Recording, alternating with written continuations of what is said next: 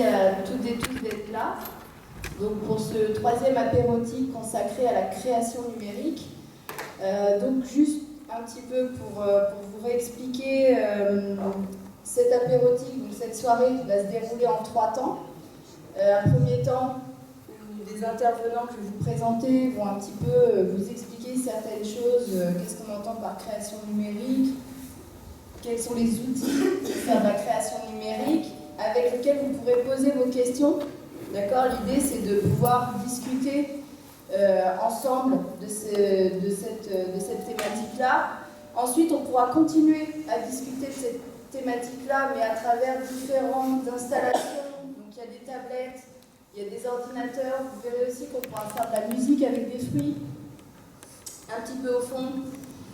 Pour continuer à discuter avec les intervenants, mais autour de ces outils-là, et on terminera par un apéritif où on pourra continuer à discuter aussi de la création numérique pour clôturer la soirée.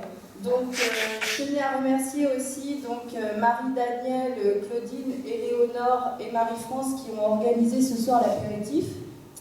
Voilà, donc ils sont usagères à l'EPN.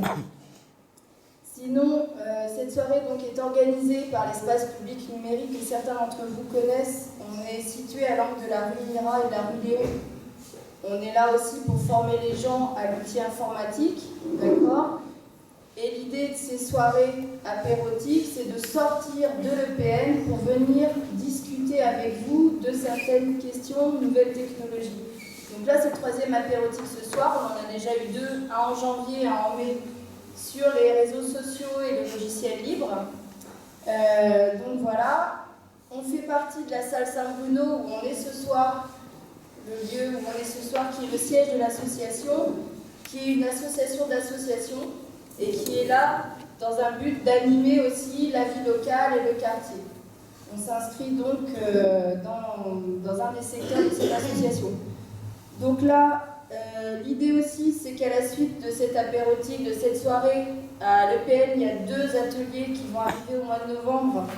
Un le 6 novembre sur découvrir et manipuler une tablette, qui aura lieu le mercredi 6 novembre de 18h à 20h. Et un autre atelier qui aura lieu le mercredi 13 novembre, qui sera de 16h à 18h, ouvert aux adultes et aux enfants, sur justement la tablette, est-ce que c'est un outil créatif, etc. Voilà, donc en théorie, le prochain apéritif aura lieu au mois de février et ce sera sur l'accessibilité aux nouvelles technologies.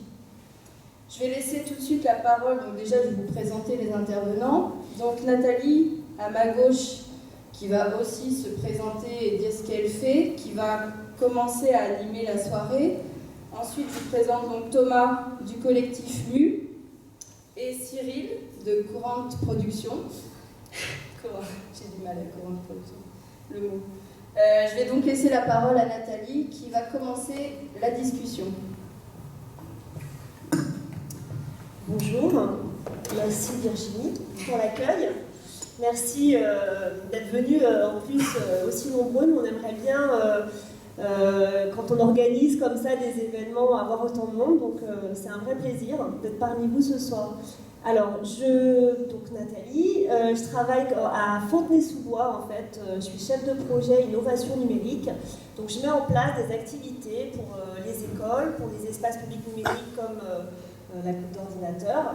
Et donc voilà, je travaille en faveur de l'accès public à Internet. Et ce soir, Virginie m'a demandé d'intervenir sur la question de la création numérique. Alors c'est un beau sujet, mais c'est aussi un vaste sujet. Donc j'ai fait une petite présentation qui j'espère ne sera pas trop ennuyeuse parce que je voudrais vous faire découvrir en fait des pépites que j'ai pu découvrir tout au long de cette activité parce que j'ai fait pas mal d'ateliers sur le web culturel auprès d'adolescents et d'adultes. Et l'idée, c'est vraiment de pouvoir échanger ce soir sur toutes ces ressources en ligne et puis aussi de voir toutes les possibilités pour élargir l'horizon culturel. Donc je commence en fait avec la première œuvre numérique que j'ai découvert en 2005 et qui m'a permis voilà, de commencer à glaner des ressources sur ces questions qui s'appellent les pissenlits d'Edmond Couchot et Michel Bray, qui travaillent en fait à Paris 8. Et quand j'ai découvert cette œuvre, je me suis dit c'est fabuleux, il y a quelque chose à faire. J'avais les yeux qui brillent. Et pourquoi? Parce qu'on avait un pissenlit sur un ordinateur, il y avait un petit capteur, et quand on soufflait à travers le capteur, donc le pissenlit, en fait, ses pétales se dispersaient à travers les pixels de l'écran. Et là, je me suis dit, c'est fabuleux, il y a quelque chose là, effectivement, qui est en train de se mettre en place et qui donne envie. On dit souvent les technologies, c'est un univers froid, c'est un univers pas toujours très sympathique pour les non-initiés. Et là, je me suis dit, mais non, pas du tout, au contraire. Il y a vraiment des merveilles, et c'est ça que je voudrais vous faire partager ce soir. Donc les usages, alors plus largement sur la création numérique, je voudrais aussi parler de la culture numérique, et donc tous les usages culturels que vous avez, vous, l'habitude aussi de pratiquer, tout ce qui est autour de la lecture. Maintenant, on peut collectionner des livres sur Google Books, mais sur aussi des plateformes où l'on trouve justement des livres en open source, c'est-à-dire de façon libre, et dont les auteurs ont donné le droit au téléchargement. On peut écouter de la musique sur des plateformes, ça je pense que vous êtes certainement des adeptes. On peut télécharger des logiciels sur des plateformes comme Framasoft pour avoir des logiciels libres de droit. On peut podcaster toutes ces émissions, on peut regarder des vidéos, jouer et évidemment créer. Et là, je voudrais faire justement un focus sur ces outils de création et pour aller plus loin sur tous les usages qui peuvent en découler. Donc, je vais vous emmener dans un petit voyage autour de quelques parcours qui vont être assez courts parce que l'idée c'est vraiment qu'on puisse garder du temps pour échanger. Un premier parcours découverte autour de l'art. Alors, vous connaissez, j'imagine, tous les produits un peu culturels qui sont mis à disposition dans les musées, c'est-à-dire qu'on peut préparer sa visite en amont, on peut podcaster en fait des expositions. On a aussi toutes les visites virtuelles. De toute façon, ce sera à disposition, les ressources seront à disposition. Ouais. Alors, podcaster, c'est pour ceux qui ne connaissent pas, c'est la possibilité de télécharger des émissions à l'heure que vous voulez, quand vous voulez, sur tous les programmes que vous voulez. Donc, par exemple, France Inter, vous pouvez récupérer des émissions et les écouter sur votre MP3, c'est-à-dire c'est vraiment à la demande. Enfin, c'est vous qui choisissez ce que vous voulez écouter et à l'heure surtout où vous voulez l'écouter. Donc ça, oui. Juste une petite question, est-ce que toutes les adresses que vous donnez, elles vont être quelque part sur un site ou oui, alors... vous allez les rassembler parce que c'est pour éviter de tout noter quoi. Alors oui, j'allais y venir. Toutes les adresses de sites que vous allez voir ce soir seront depuis notre site, donc la boutdordinateur.org en ligne. Et on les mettra aussi depuis le site de la salle Saint-Bruno. Donc, il y aura un compte rendu, un truc comme voilà, ça. exactement, où il y aura tous les liens vers tous les sites dont on vous parle ce soir.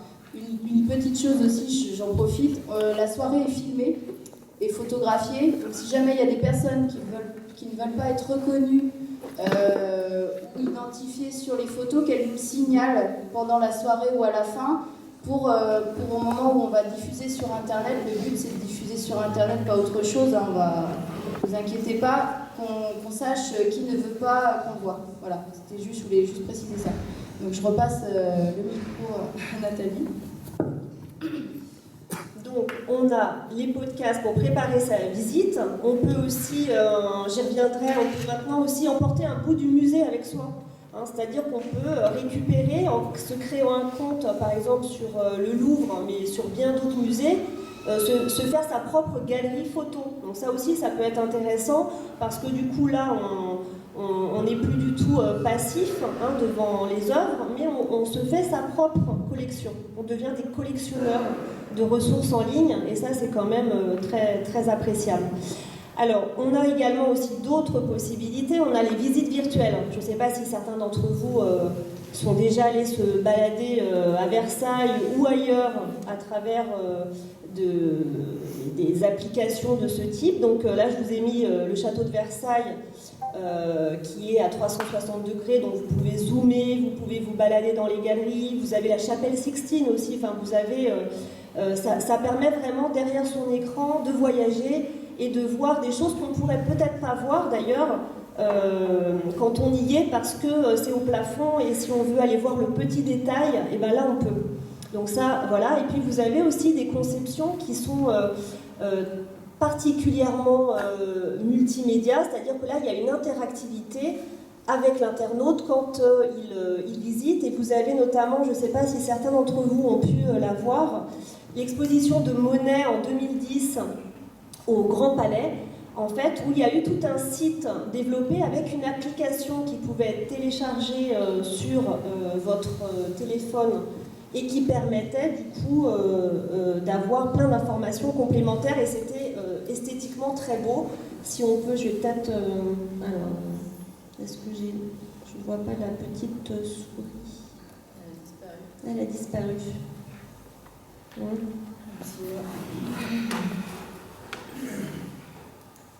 C'est ça, c'est la magie informatique, ça, toujours en... Elle a disparu. Tu vois, il n'y a rien. Bon, c'est pas grave. Ce que je peux faire, c'est peut-être... Ah, ça y est, merci. C'est modé que tu veux? Oui, c'est le modèle que je veux. Merci. Donc là, on a un exemple, voilà, de travail. Voilà, il faut être deux. Démonstration. Attends, regarde, je vais...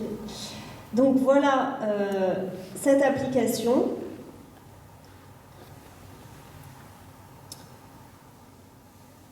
Qui reprend vraiment l'univers du coup là de l'artiste, avec un vrai travail esthétique.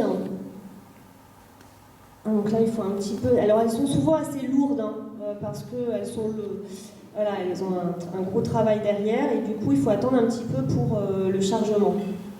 Bon, je vais y revenir et je vais poursuivre parce que ça va assez vite. Donc on a des conceptions interactives qui sont développées en fait pour les musées, enfin pour certaines expositions. Donc je vous invite, si vous vous déplacez dans les musées, à chaque fois d'aller voir s'il y a une application qui a été développée en lien avec l'exposition. Donc comme je vous le disais tout à l'heure, certains musées ne se contentent pas de diffuser des simples informations pratiques, mais on peut du coup avoir des visites virtuelles, on peut se créer son propre musée en feuilletant un album personnel. Donc, par exemple, sur la réunion des musées nationaux, vous pouvez récupérer toutes les photos et vous créer votre propre album. Vous pouvez aussi, l'Internet, c'est aussi un lieu de création qui abrite des musées qui n'existent nulle part ailleurs. Là, je vous ai mis un exemple, c'est le musée du sourire. Vous voyez, il n'y a pas d'espace physique, mais par contre, on a des œuvres qui sont sélectionnées en ligne. Ah, Monet arrive parmi nous. Je pense que Monet s'est réveillé. Monet s'est réveillé. Donc voilà. Alors attends, là, je vais me mettre peut-être...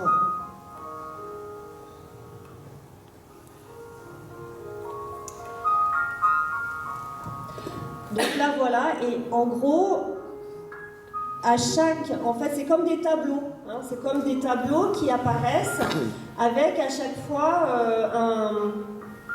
quand vous bougez la souris, en fait, il y a une interactivité qui se crée en fait avec ce que vous allez faire sur l'écran.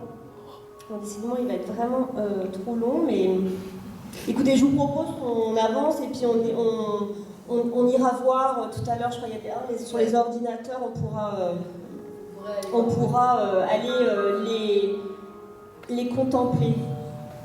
Peut-être l'éteindre du coup, parce que... Ah oui, je peux pas l'éteindre.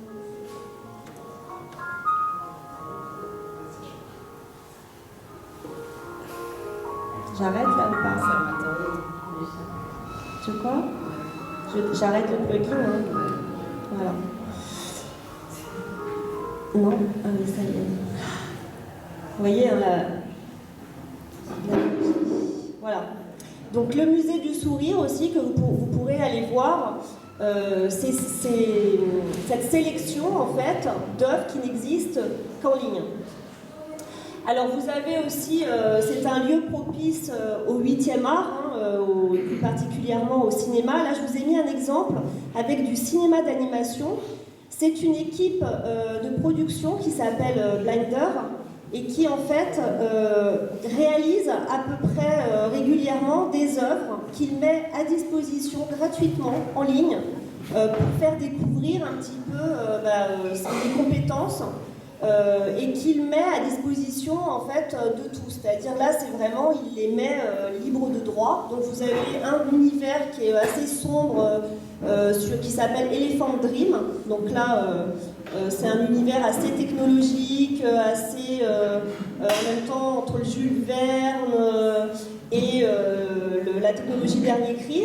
Et puis vous en avez un autre en fait qui s'appelle Big Bugs Bunny et qui en fait là ils avaient du mal à faire le pelage des animaux. Et donc c'était une prouesse technique qu'ils ont voulu faire découvrir au plus grand nombre. Donc là, évidemment, il y a des merveilles en ligne sur tout ce qui est lié au cinéma d'animation.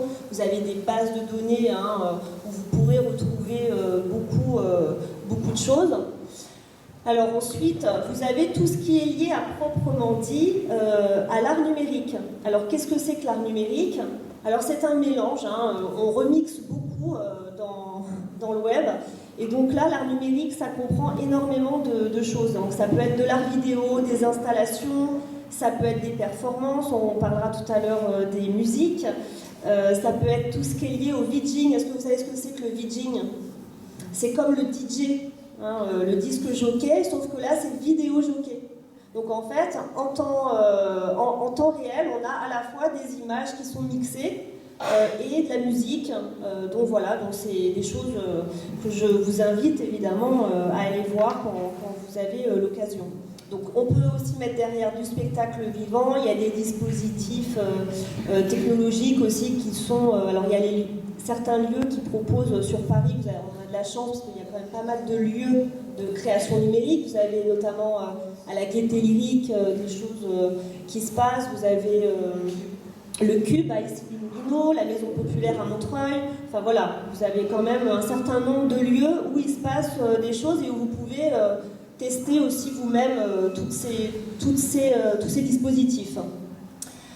Alors, dans le cadre de ces artistes à proprement parler, qui travaillent vraiment la matière numérique, eh bien vous avez par exemple un exemple avec Reynald Drouin, qui lui fait, vous avez déjà vu, je pense, ces mosaïques qui sont faites, qui reconstituent un visage. Et en fait, il a développé un petit moteur de recherche pour aller chercher des images sur Google et en lui indiquant le nom d'un personnage, il va reconstituer en fait l'environnement que vous voyez là. Donc vous irez voir son travail, Reynald Drouin. Il y a une base de données des artistes du net art, c'est comme ça qu'on les appelle, le net art. C'est vraiment des artistes qui travaillent le matériau des réseaux, du numérique, des pixels. Voilà. Vous voyez la différence entre la création numérique, entre des photographes qui utilisent le média web pour mettre des portfolios, qui ont un book, qui ont une galerie, et puis des artistes qui, eux, travaillent que, en fait, leur support, c'est le web. Vous en avez, je vous mettrai vous avez des exemples, vous irez voir. J'ai essayé de faire une sélection assez sensible, où il n'y a pas besoin de mode d'emploi, vous voyez, pour comprendre l'œuvre d'art numérique. Parce que souvent, c'est ce qui est reproché aussi à l'art numérique, c'est que c'est pas facile d'y entrer et souvent, c'est un peu comme l'art contemporain. On a plus ou moins des préjugés et des a priori pour y accéder. Alors d'autres artistes numériques comme Nicolas Claus, alors là j'aimerais bien y aller aussi, alors attendez, je vais essayer de retrouver, ça y est, je l'ai. Donc Nicolas Claus, avec un site qui s'appelle Flying Puppet, et là vous avez plein de tableaux interactifs, alors un univers aussi assez sombre, il n'a pas fait que ça, je suis désolée, j'étais dans ma période dark. Mais voilà, en 2001, en fait, ce qu'il a... Ah, mince, il n'y a pas le plugin. Alors, attendez, on va peut-être pas l'installer. Ah ouais. Je crois que je peux le... Je suis d'accord. Alors là, en fait, c'est quelque chose, là aussi, très interactif. Alors, je laisse œuvrer. Donc, en fait, on a des danseurs sur une musique, comment dire, très lyrique. Et avec sa souris, en fait, on peut les faire évoluer et emmener d'autres danseurs avec soi. C'est-à-dire qu'il y a vraiment, c'est-à-dire que c'est nous qui emmenons les danseurs à travers l'écran. Toujours un pur bonheur. Comme vous pouvez le voir, nous n'avons pas répété avant. Si vous avez des questions, c'est le moment. Mais c'est le moment, petite pause.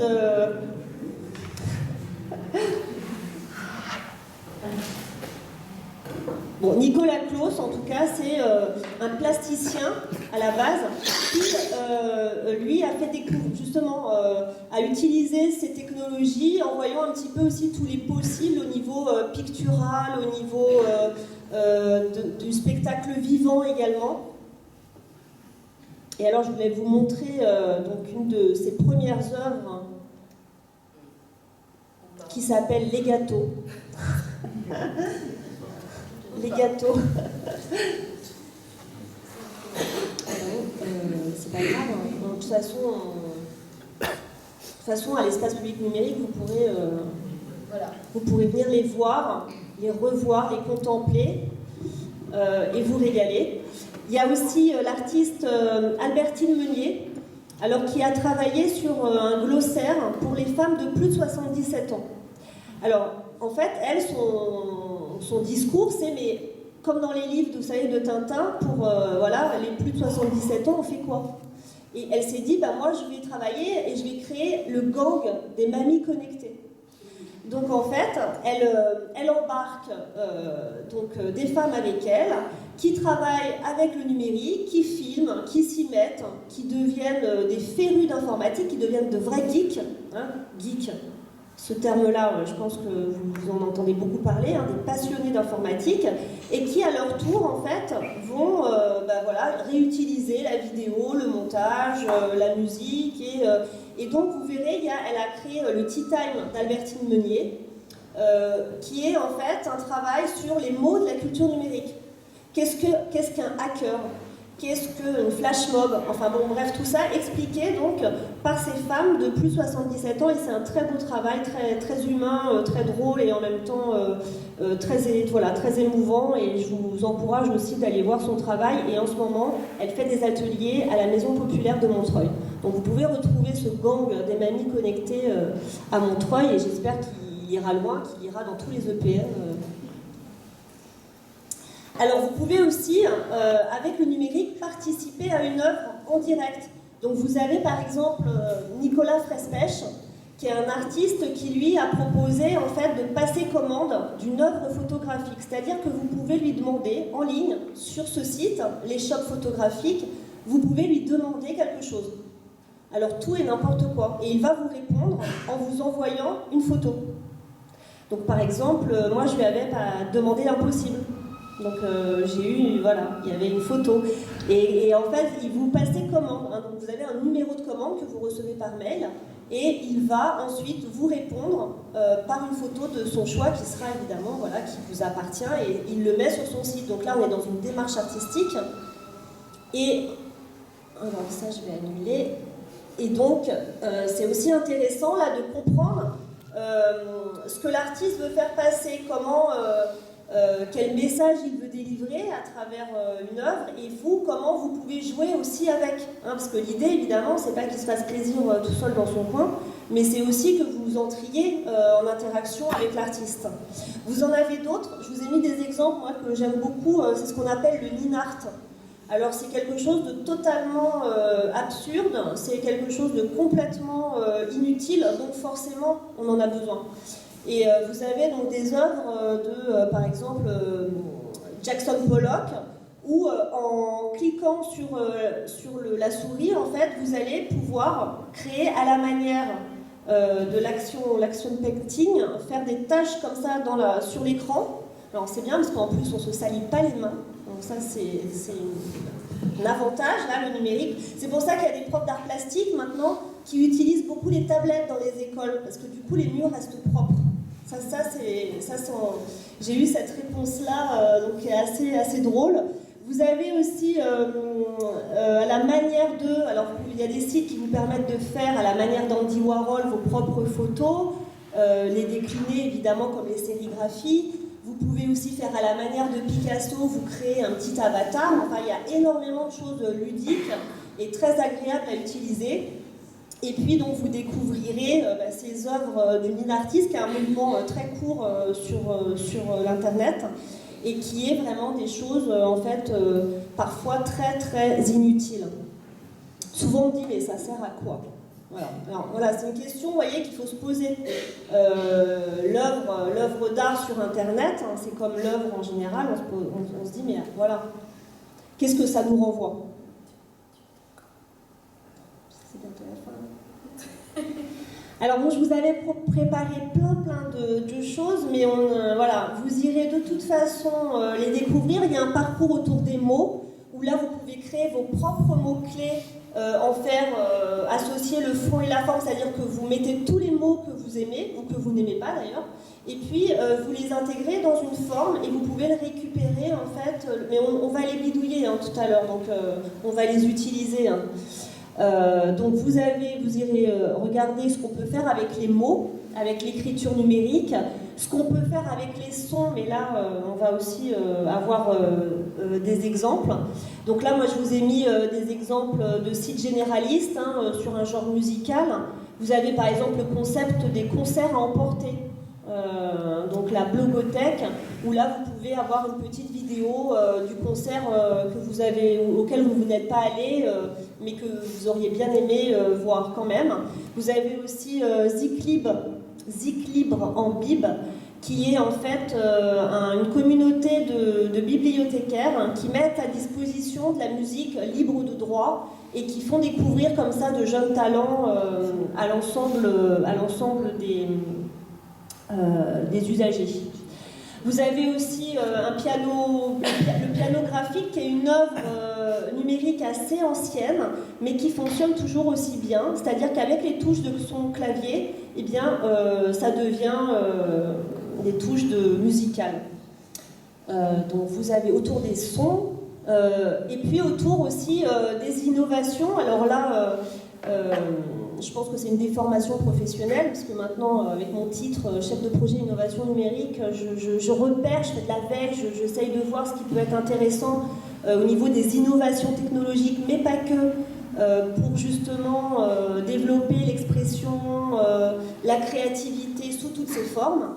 Et donc là, vous avez par exemple, le premier, c'est une jeune graphiste qui s'appelle Camille Scherer, une Suisse, qui en fait a créé un livre d'où s'échappent en fait d'où s'échappent en fait sur l'écran des formes qui ne sont pas dans le livre. Donc je ne sais pas, là on peut peut-être le voir. Il y a sur un des posts où on pourra. Vous l'avez mis, ouais, vous l'avez mis, d'accord. C'est super ce qu'elle fait. Enfin, ouais, c'est très très beau. Vous ouais. cliquez, vous avez des colibris qui apparaissent, et dès que vous bougez la souris, il y a des choses qui se passent toutes seules. Enfin, vous allez pouvoir bidouiller. Et puis dans la culture numérique, il y a aussi une culture qui est celle de la bidouille et ce qu'on appelle en ce moment le mouvement do it yourself. Hein, faites-le vous-même, mais avec les autres.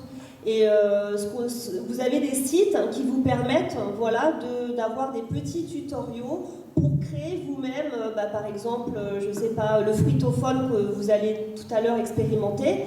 Moi, je ne savais pas ce que c'est avant d'avoir la petite fiche en ligne et de le faire moi-même en trouillotant des fourchettes. Donc voilà, on a cette culture un petit peu d'aller voir ce que c'est que cette technologie, de la comprendre, de savoir qu'est-ce qu'il y a, où on peut aller plus loin. loin, en tout cas en utilisant soi-même et en n'ayant pas peur de mettre les mains dans les câbles.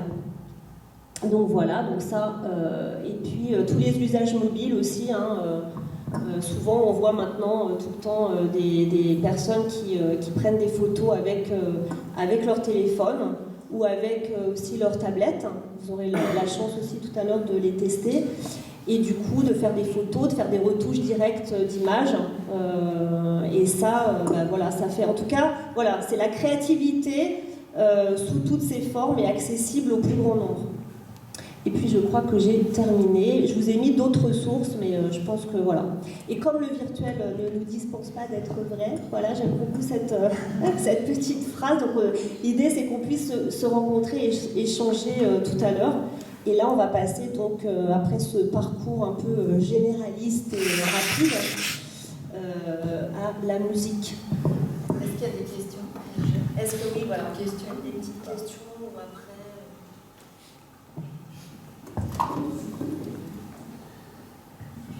Oui, pardon, excusez-moi,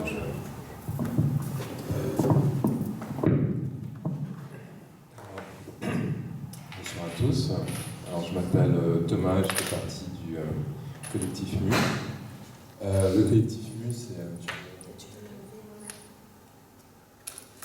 Le collectif MU, c'est une association qui regroupe des artistes, des producteurs, des techniciens.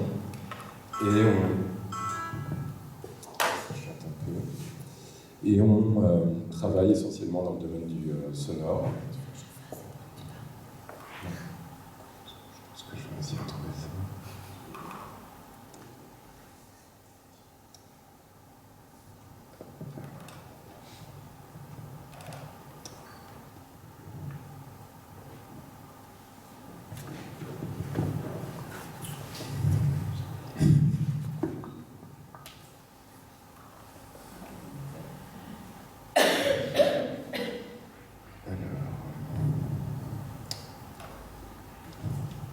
Et voilà.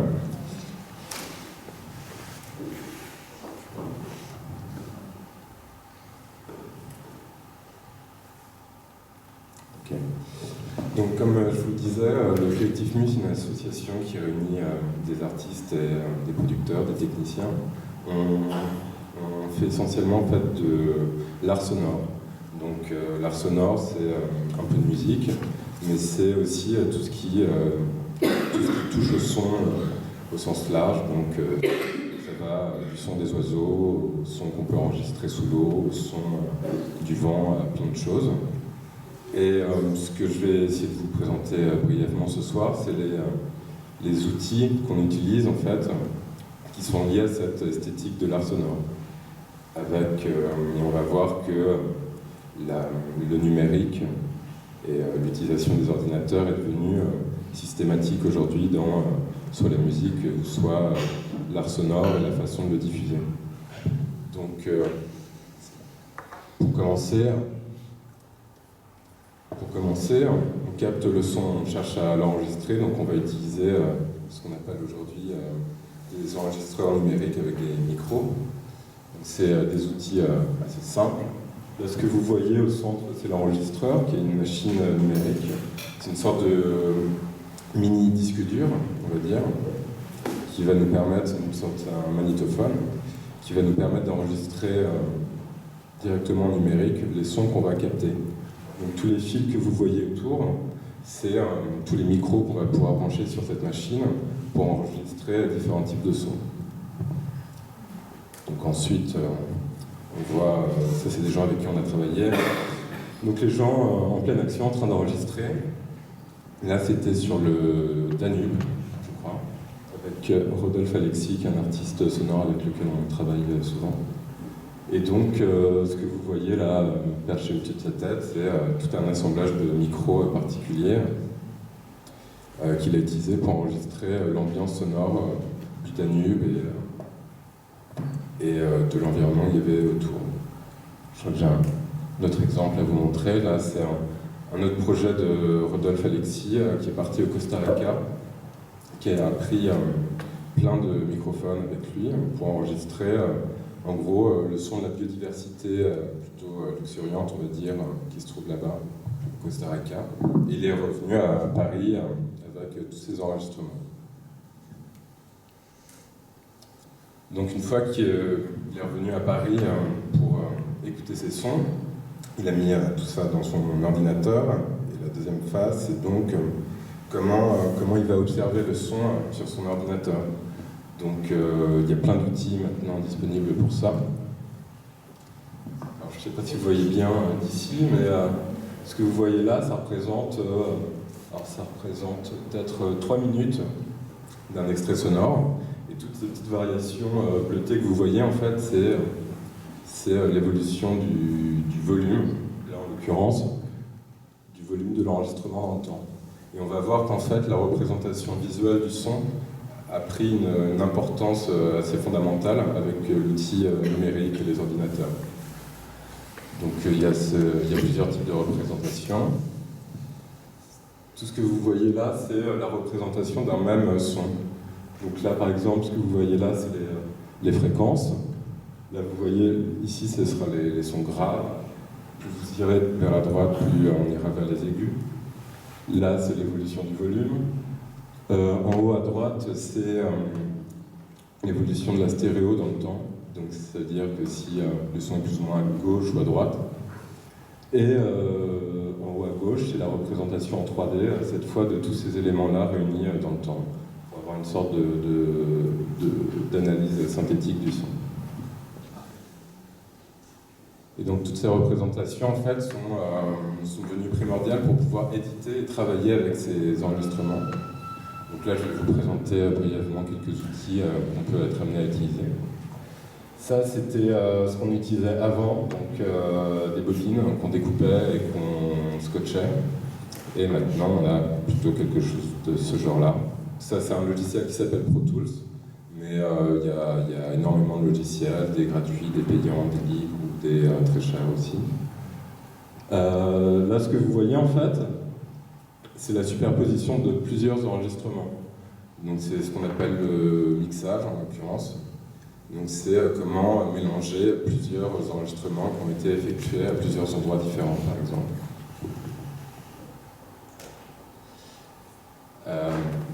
Donc tout ça, c'était pour vous présenter comment on travaille avec du son enregistré, capté in situ sur un territoire donné. Il y a d'autres façons de produire du son avec le numérique, et c'est pour ça que j'en arrive à ceci, les instruments virtuels qu'on est amené à utiliser aussi pour créer du son avec un ordinateur. Donc là, ce que je vais vous montrer, c'est en gros la recréation d'un piano, de ce qui y ressemble plutôt bien, sur un ordinateur. Donc des artistes vont pouvoir, en gros, ils ont un logiciel dans leur ordinateur et en cliquant sur les touches, vont produire ce qui ressemble plus ou moins à un son de piano. Ça marche avec le piano, ça marche aussi avec les batteries. Ce que je vous montre était sur un ordinateur un peu comme vous voyez devant moi. Ça existe aussi aujourd'hui sur tablette. Et donc tous ces outils, en gros, permettent de recréer de façon simple un instrument acoustique classique. Donc je vous ai montré le piano, la guitare, c'est vrai aussi pour plein d'autres instruments, de la trompette au violon, à tout ce que vous voulez. Et tout ça, en fait, c'est des fragments d'enregistrement qu'on utilise en fait, pour créer une musique plutôt classique, en tout cas constituée de sons, on va dire, conventionnels. Et ce qui est intéressant aujourd'hui avec l'apparition des ordinateurs et du numérique dans la musique et dans l'art sonore, c'est qu'on a aussi de nouveaux instruments un peu moins conventionnels qui ont donc du coup des looks un peu différents. Ça, c'est un logiciel qui s'appelle Max MSP. Donc ça ressemble plus trop à un piano.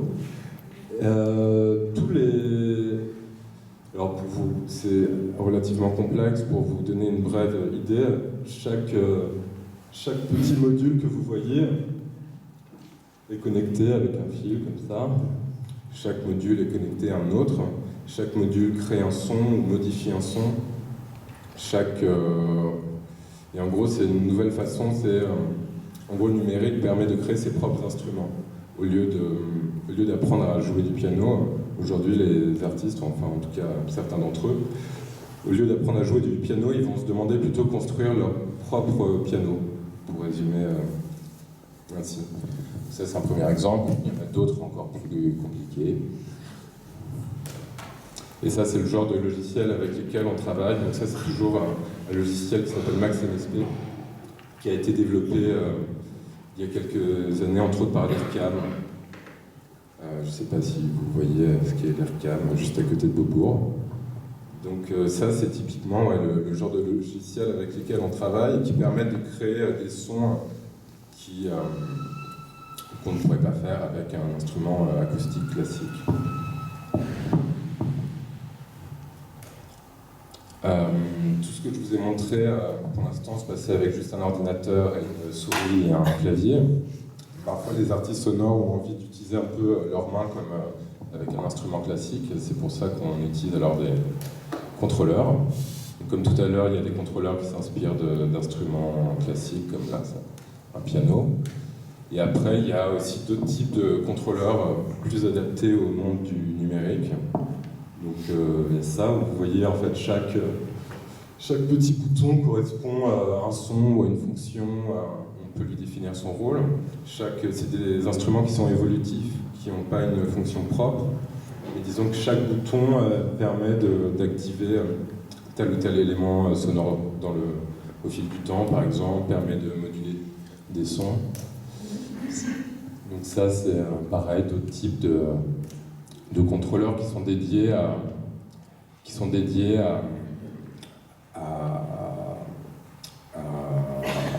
manipuler les sons directement. Donc je vous ai présenté très rapidement comment on pouvait faire du son aujourd'hui avec l'outil numérique. Maintenant je vais vous parler d'un projet plus spécifique au collectif MU. Un projet qui s'appelle Sundelta, donc. Et c'est un projet qui a été présenté la première fois en 2009 au 104, centre d'art pas très loin d'ici, qui s'est déplacé au musée du Quai Branly, à Nancy, à Nantes aussi. Et Sundelta, c'est en gros un projet de création d'environnement sonore. L'idée, c'était de créer un parcours sonore, donc d'inviter les spectateurs à se promener dans l'espace, de préférence dans l'espace public, en extérieur, avec un casque sur la tête, et en fonction de leur évolution dans l'espace, leur faire découvrir de nouveaux types de sons. Donc il y a plein d'applications possibles, mais en tout cas l'idée générale, c'est de proposer des paysages sonores en 3D, et de proposer une sorte de réalité augmentée par le son. Et donc d'inviter les gens à se déplacer et à découvrir l'espace d'une façon différente en l'occupant par des sons. Donc pour ça, là, ce que vous voyez là, c'est le dispositif. Donc sur la tête de cette jeune fille, c'est le casque qu'on utilise. La petite boîte carrée au-dessus de sa tête, c'est les capteurs qui permettent de savoir où elle se situe dans l'espace. Ça, là, c'est au Quai Branly. Et là, le projet, c'était... Je ne sais pas si on peut le changer.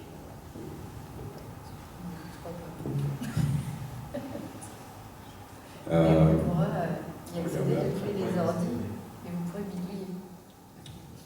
Donc là, pour ce projet au musée du Quai Branly, c'était d'utiliser toute la collection de musique du monde qui se trouve dans les collections qui se trouvent dans les fonds du musée, et de les disperser dans l'espace du jardin, et en gros de mettre de la musique qui vient d'Afrique à l'ouest du jardin, de la musique océanienne à l'est, etc., de jouer avec le placement dans l'espace de tous ces sons, de voir comment ils peuvent se rencontrer avec l'espace et comment un contexte particulier peut jouer sur la qualité de l'écoute.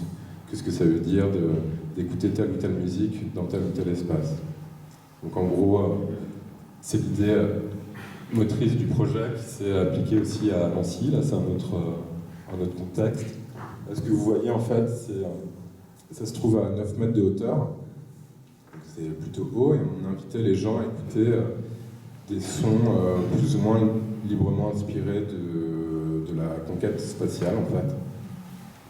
Et d'inviter les gens à marcher le long de ces échafaudages, de regarder les étoiles tout simplement, en écoutant toute cette musique inspirée de l'espace. Et là, ça va peut-être vous permettre de mieux comprendre le projet. Ça, c'est l'outil qu'on utilise, qu'on a développé nous-mêmes pour proposer ces parcours sonores. Donc là, ce que vous voyez, il y a un fond de carte très classique. Là, en l'occurrence, c'est les buts de Chaumont. Et chaque zone de couleur représente un son différent. Donc vous voyez, je ne sais pas à quel point vous voyez bien d'ici, mais là, par exemple, vous avez un son ici. Chaque cercle est un son. Les sons peuvent se superposer. Et concrètement, quand le spectateur se promène ici au but de Chaumont, il va aller d'un point A à un point B en traversant tous ces sons, en les écoutant sur son casque ou ses écouteurs. Et il va découvrir successivement toutes ces sonorités. Donc ça, c'est le casque qu'on utilise une nouvelle fois avec ce que vous voyez en haut, les capteurs. Donc on a utilisé soit le GPS, le même GPS qu'on peut trouver dans certaines voitures, avec une boussole électronique qui permet de connaître l'orientation de la tête du spectateur. Et on a aussi présenté ce projet sur iPhone, en utilisant de la même façon le GPS et tous les capteurs qui sont intégrés là-dedans, pour proposer des promenades sonores. Donc là, ce que vous voyez, c'est un parcours ornithologique au but de Chaumont. On a aussi créé une sorte d'exposition d'art sonore à l'occasion de la FIAC, où l'idée c'était d'inviter les gens à se promener dans Paris, découvrir en fonction des quartiers différents types, plusieurs œuvres que les artistes vous avaient proposées. Et voilà, je ne sais pas si vous avez des questions. Juste rappeler que le collectif MU est dans le quartier. Oui, on fait tout ça. On a notre atelier en fait juste à côté, rue Léon. On y fait aussi des concerts, notamment vendredi, si vous voulez. Quand vous faites un cas, c'est des gens qui récupèrent les places et après ils vont se balader ou c'est dans un lieu particulier? Très concrètement, par exemple, au Quai Branly, on avait une petite table dans le jardin, on avait tous les casques équipés, et les gens venaient, on leur prêtait, en général, ils nous laissaient une carte d'identité pour pas qu'ils partent avec, et ensuite ils nous les rendaient ensuite. Les gens partaient faire une promenade durant une vingtaine de minutes en général, pour faire le tour du jardin et d'écouter les musiques du monde. À Nancy, c'était à peu près la même chose.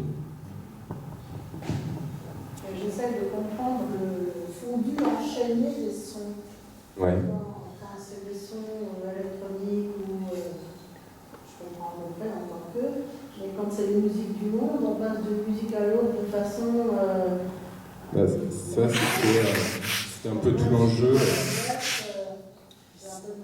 C'était un peu tout l'enjeu du compositeur qui s'appelle Joachim Montessus. Il a collaboré en fait avec une conservatrice du musée du Quai Branly qui était spécialiste dans les musiques du monde. Elle lui a fourni une quantité assez impressionnante de musique, et tout le travail pour lui était de trouver un moyen de les assembler de façon élégante, de façon fluide aussi. Donc il y avait, en fait ça dépendait des zones dans lesquelles on se trouvait dans le jardin, mais il y avait des passages où il y avait, par exemple, il y avait une musique tibétaine qui était mélangée avec de la musique océanienne, et c'était le but du compositeur de créer ces mélanges en fait, de justifier ces mélanges par la promenade, mais d'amener les gens en fait à se retrouver dans des points du jardin, les musiques se rencontrent concrètement. Après il y avait d'autres zones.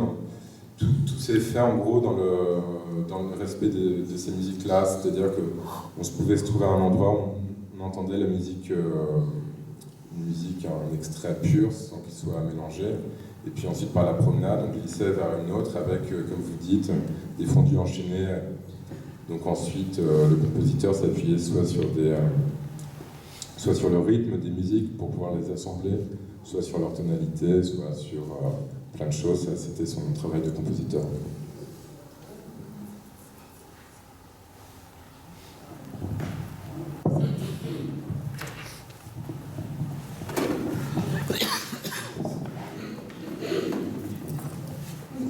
Bonsoir. Donc je suis Cyril Zajac, je suis le cofondateur d'une start-up parisienne qui s'appelle Current. Start-up, ça veut dire qu'on est dans le monde de l'innovation, en tout cas. Voilà. On est incubé chez Télécom Paris Tech dans le 14e. Donc on baigne un petit peu dans cet écosystème qui est le numérique, ou en tout cas le réseau, le web, hein, comme on l'appelle. Et nous, on se place à un endroit qui est celui de la vidéo. En tout cas, on interroge en tout cas les usages que vous avez sur la vidéo. Vous avez probablement tous déjà été voir des films ou sur YouTube ou sur Dailymotion, sont pas en français. Nous, notre particularité, c'est qu'on est une société, on travaille en tout cas sur ce qu'on appelle la disruption, en tout cas la rupture d'usage. Alors qu'est-ce que ça veut dire ? Pour prendre un exemple très concret, à une époque, on avait l'habitude de payer avec de l'argent sonnante et trébuchante, puis les cartes bleues sont arrivées. Aujourd'hui, on parle de portefeuille électronique, c'est-à-dire que bientôt on pourra payer avec son téléphone. Vous allez changer vos usages. Pour certains, ça va être un petit peu plus compliqué que pour d'autres, en tout cas. Mais à cet endroit-là, en tout cas, il y a ce qu'on appelle une rupture d'usage, en tout cas de la disruption. On interroge un usage et on propose une autre solution. Nous, la question qu'on s'est posée de notre côté, c'est, depuis que je suis né, depuis l'invention du cinéma en tout cas, la vidéo ou les films qu'on voit, qu'on consomme en l'occurrence, sont en règle générale la vision ou le point de vue d'une autre personne qui va éditorialiser le contenu pour nous, qui va nous raconter une histoire. Et la question qu'on a voulu se poser, c'est qu'est-ce qui se passe lorsque l'utilisateur devient finalement son propre réalisateur, lorsqu'il a la capacité d'un seul coup de pouvoir construire son propre programme en direct. Cette idée, elle vient, on va faire un petit peu d'histoire, même si je ne suis pas super calé sur l'histoire du net, mais par essence, le web, le réseau, permet aux utilisateurs de pouvoir récupérer de l'information. Mais elle permet surtout de pouvoir émettre de l'information. Et c'est des choses que vous avez pu vivre, en tout cas, dans ce qu'on appelle la deuxième génération du web, le Web 2, qui donne la possibilité aux utilisateurs justement de pouvoir émettre de l'information. Ça a commencé avec le texte, on a pu commencer à fabriquer des blogs, et donc les gens ont commencé à raconter leur vie, ou en tout cas à créer des choses, sans parler de démarche artistique, puisqu'on parle de création numérique, mais c'est aussi ça. D'un seul coup, le grand public se réapproprie une certaine forme de création, et le simple fait de faire ou de poster des textes, que ce soit ce qu'on vit dans la vie de tous les jours, ou des choses qui peuvent être un petit peu plus poétiques, voilà, permet aussi d'exister en tant qu'individu sur le web. Donc vous l'avez connu avec le texte, puis ensuite c'est arrivé dans le son. On a maintenant très facilement la capacité de pouvoir fabriquer de la musique. Mon collègue vous l'a montré. C'est aussi la possibilité de pouvoir éditer très facilement sa musique, parce que la faire c'est une chose, mais il faut pouvoir l'éditer, donc on peut l'éditer très facilement et la mettre à disposition. C'est le podcast dont on parlait tout à l'heure, mais pour la vidéo, on en est encore à un point où finalement les deux seules sources de vidéos qui existent sont encore YouTube et Dailymotion. Voilà, et quelques peut-être d'autres endroits, mais en gros, c'est YouTube qui fait le gros du trafic. Pour vous donner une petite idée, en 2015, le trafic de YouTube à lui tout seul représentera à peu près 10% du trafic Internet. C'est des usages qui augmentent de plus en plus. En 2015, toujours, on prévoit que chacun d'entre nous consommera près de 10 minutes de vidéo par jour, au minimum. On a déjà le nez collé sur les écrans, ça ne va pas s'arrêter. Je vous rassure pas. Voilà. Donc pour en revenir à ce que nous, on cherche à travailler, c'est de vous permettre, d'un seul coup, de pouvoir avoir à votre disposition lorsque vous regardez une émission de télé, ou peut-être lorsque vous regarderez des films, voilà, d'avoir la possibilité de pouvoir regarder ce que vous voulez au moment où vous le voulez, et de fabriquer votre programme en direct. Ça veut dire que tous les films, enfin, en tout cas que deux personnes qui regarderont le même film ne le verront pas de la même manière, que chaque visionnage sera différent. Voilà, il y a toute une réflexion qu'on essaie de mener là-dessus. Aujourd'hui, on a un logiciel, un produit qui existe, qui s'appelle Omni, et qui est depuis le 18 octobre dernier, donc depuis la semaine dernière, qui est utilisé sur le site de Taratata, qui est passé donc en version pure web depuis son arrêt sur France Télévisions. Donc l'émission a été lancée donc, le 18 octobre dernier, et notre logiciel est donc utilisé par Naki et les gens d'Air Production pour Taratata. Voilà. Je vais vous montrer un petit exemple de ce que ça donne. Alors, le réseau étant ce qu'il a ici, voilà, j'ai essayé de prendre un petit peu d'avance et de télécharger des choses. Comment ça, le réseau? Voilà. Ouais, donc, flash implanté. Voilà. Donc, on va essayer peut-être de recharger, mais c'est très très lent. Peut-être juste pour vous montrer un petit peu l'interface, histoire que vous compreniez un petit peu comment ça fonctionne. Mais sinon, j'ai amené avec moi une tablette. Donc, si vous voulez utiliser et commencer à jouer avec ici, vous pouvez. Et puis après, chez vous, effectivement, sur le site de Taratata, très facile à trouver sur le web. Une petite recherche Google, hein, Taratata, vous savez comment ça s'écrit, T-A-R-A-T-A-T-A. Très simple. On va essayer de descendre ici.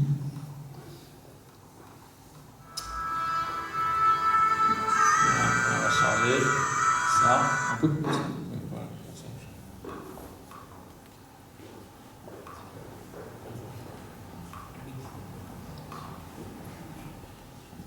voilà, je vais vous montrer juste l'interface, comme ça vous comprendrez très rapidement comment ça fonctionne, et puis après, vous viendrez voir à la fin pour qu'on puisse éventuellement... Ouais, ça va être simple. Donc l'idée, c'est de vous proposer... Voilà. Je ne sais pas si vous voyez bien. Vous voyez bien, peu de choses près. Donc l'idée, c'est de vous proposer en fait un bandeau de visualisation. Ici, on l'a mis en bas, mais on peut aussi bien le mettre en haut. Donc un bandeau de visualisation qui vous permet de voir l'intégralité des caméras qui ont été utilisées pendant le tournage. Et il vous suffit d'un clic de sourire, de sélectionner l'angle de caméra pour le faire passer dans la vue principale. Alors, tous les cas d'usage sont possibles. Ici, l'idée de Nagui, c'était de proposer aux utilisateurs de pouvoir voir la réalisation de Gérard Puticino, qui est le réalisateur attitré de l'émission, et de permettre aux utilisateurs de comprendre pourquoi Gérard choisit d'utiliser telle ou telle caméra à un moment donné. Donc ici, vous avez la réalisation telle qu'elle a été faite par Gérard Puticino, et à côté toutes les caméras qui sont à disposition. Voilà, et ça vous permet de pouvoir, pour le coup, donc, décortiquer la réalisation, ou bien simplement de choisir la partie qui vous intéresse. Alors, on va pouvoir voir juste un tout petit bout. Voilà, mais en gros, voilà. Et on passe d'une caméra à l'autre.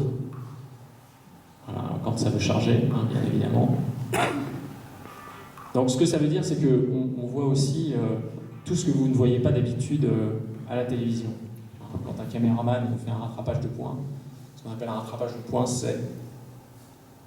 Désolé. Voilà. Un rattrapage de points, c'est lorsque l'image devient floue et elle redevient nette. En règle générale, on en voit très très rarement à la télévision, mais là, c'est aussi l'occasion de voir ce genre de choses. Voilà. Bon, c'est pas évident de vous le montrer comme ça. J'espère que vous irez vous amuser. Voilà, en 5 jours, là, le site a ouvert le 18 octobre. En 5 jours, l'émission a fait plus de 50 000 visionnages. Pour notre partie à nous, sur cette partie-là, on a déjà fait plus de 10 000 visionnages. Donc on est vraiment très très content parce que les commentaires sur les réseaux sociaux sont très intéressants, ou en tout cas très bons pour nous. Voilà. Vous pourrez donc aussi bidouiller, que ce soit le BMUC, parce que vraiment, pour l'avoir essayé, c'est juste génial.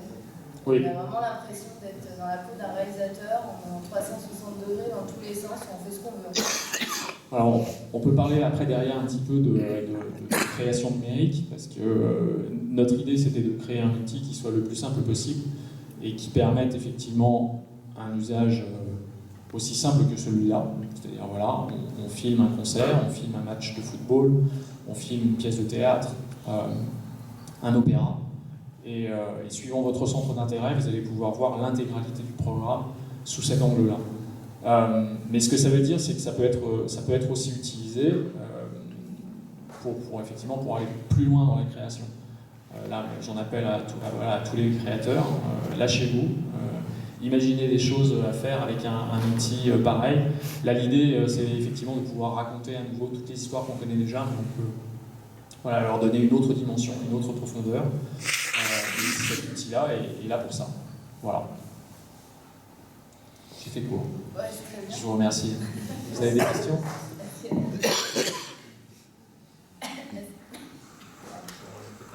Est-ce qu'il y a des questions? Non? Tout le monde veut bidouiller. On vous parle de ça depuis tout à l'heure. J'ai une question sur l'indexation des vidéos en 42 minutes. Là, c'est bien parce qu'on n'en a pas beaucoup, quand on aura des milliers, comment on va les chercher et est-ce qu'il y a le reçu pour. Non, mais enfin, aujourd'hui, dans notre développement, on en est vraiment. J'avais pas prévu de parler de ça. Mais aujourd'hui, dans notre développement, la société a été fondée en 2011. Aujourd'hui, on a une version 1 de notre logiciel. On a déjà à l'intérieur de une petite fonction en fait qu'on appelle aujourd'hui la réalisation collaborative, faute de lui avoir trouvé un meilleur nom. Mais cette fonction en fait va vous permettre, si vous n'avez plus envie de bidouiller, de jouer avec les boutons, elle va vous permettre de voir l'angle le plus vu par la communauté à un instant donné. Voilà. Ça, c'est une première fonction. Les autres outils qu'on risque de développer derrière, ce sont effectivement des outils de création, donc qui vont permettre non plus aux professionnels, mais à vous tous, de fabriquer aussi du contenu pour ça. Et ce que ça implique, la fabrication de tous ces outils, c'est effectivement le fait, à un moment, pour nous, de construire une plateforme qui va devenir effectivement un agrégateur de contenu et qui va permettre de pouvoir centraliser toutes ces données et qui va pouvoir permettre aussi bien aux créateurs de films de pouvoir poser leurs films, qu'il y a des gens comme effectivement Nagui ou des marques qui voudront proposer du contenu, de pouvoir effectivement stocker à un endroit commun tous ces films qui vont être créés. Parce que c'est vrai, aujourd'hui, tous ces films, ils sont un petit peu dans la nature. Mais c'est pas le problème, on a trouvé. Le problème, c'est que ça reste de la donnée pauvre. Si elle n'est pas surindexée, même si on la met au même endroit, on aura un énorme ensemble de vidéos, il y aura tout. C'est un peu comme un vidéoclub où les DVD séparent. Si vous avez des solutions à nous proposer, moi je suis preneur. On n'a pas encore réfléchi sur ce point-là, mais effectivement, c'est soulever un truc qu'il va falloir que je mette dans ma roadmap, très clairement. Si vous avez des solutions, je suis preneur.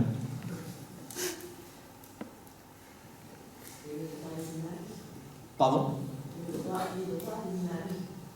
Alors, les droits d'image, c'est une bonne question. Là, en l'occurrence, les images appartiennent à Air Production. Donc ils en font ce qu'ils veulent. Après, les droits à l'image, la problématique est la même sur YouTube.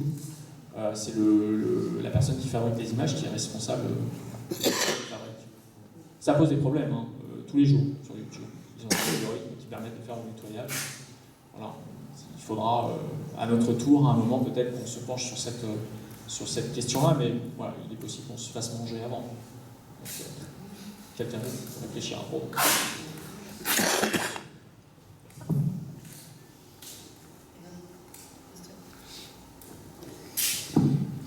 Merci. Donc maintenant, je vous invite toutes et tous à, on en a parlé tout au long de la soirée, à bidouiller. C'est-à-dire que vous allez pouvoir toucher de plus près certains sites qu'on vient d'évoquer. Donc il y a des ordinateurs, il y a des tablettes à disposition. Il y a aussi le fruitophone. Vous allez pouvoir faire de la musique avec des fruits. L'idée aussi, on va faire une salade de fruits collective après, on va la manger ensemble. Parce que n'oubliez pas que dans l'apérotique, il y a apéro aussi. Et partez pas tous, s'il vous plaît, je vous en prie, bidouillez. Les intervenants restent toute la soirée pour discuter avec vous aussi, si vous avez des petites questions un peu plus pointues ou si vous avez envie de bidouiller avec eux. Et on clôturera la soirée donc, par l'apéro, organisé, je rappelle, par Marie-Danielle, Claudine, Léonore et Marie-France. Et je vous invite aussi à venir à l'EPN pour continuer à bidouiller. Et on aura 2 ateliers, donc je rappelle les dates, 6 novembre et 13 novembre, sur l'utilisation principalement des tablettes comme outil créatif. À noter aussi le prochain apérotique au mois de février qui sera sur l'accessibilité aux nouvelles technologies et principalement on parlera des freins aussi à l'accessibilité justement, qu'ils soient des freins physiques, financiers, matériels ou autres. D'accord ? Donc évidemment toutes les idées sont les bienvenues pour les prochaines apérotiques aussi, puisque l'idée c'est quand même d'en faire un à peu près un tous les 3 ou 4 mois. Donc je vous remercie encore d'être venus et maintenant place à la bidouille. Merci.